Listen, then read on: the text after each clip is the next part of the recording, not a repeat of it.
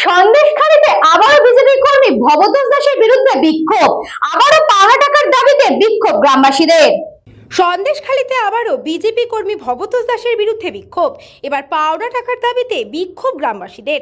BJP কর্মী ভবতোষ দাসের বিরুদ্ধে এলাকার মানুষ এবং এক দুর্ঘটনায় মৃতা মহিলার পরিবার একত্রিত হয়ে বিক্ষোভ দেখায় ভবতোষ দাসের গ্রেফতারের দাবিতে।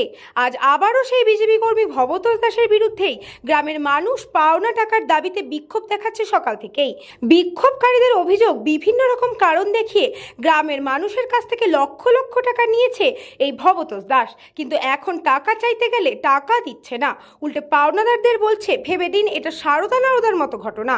তাই পাওনা টাকা আদায়ের দাবিতে বিক্ষোভ গ্রামের মহিলা ও পুরুষদের। বিভিন্ন সাধারণ মানুষের কাছ থেকে টাকা তুলে তারা যখন টাকা চাইতে যায় তখন তাদেরকে বিভিন্নভাবে ভীতি প্রদর্শন করে এবং পুলিশি ভয় দেখায় এবং কোর্টে যাওয়ার ভয় দেখায়। এমনও কিছু কিছু গ্রুপ আছে যারা টাকা চাইতে গেছে তাদেরকে মেরে, মহিলাদেরকে মেরে উল্টে তাদের বিরুদ্ধে আবার কেস দিয়েছে। 3 লাখ টাকা আমি পাবো, আজ 7-8 মাস হয়েছে আমাকে বিভিন্নভাবে হয়রানি করছে।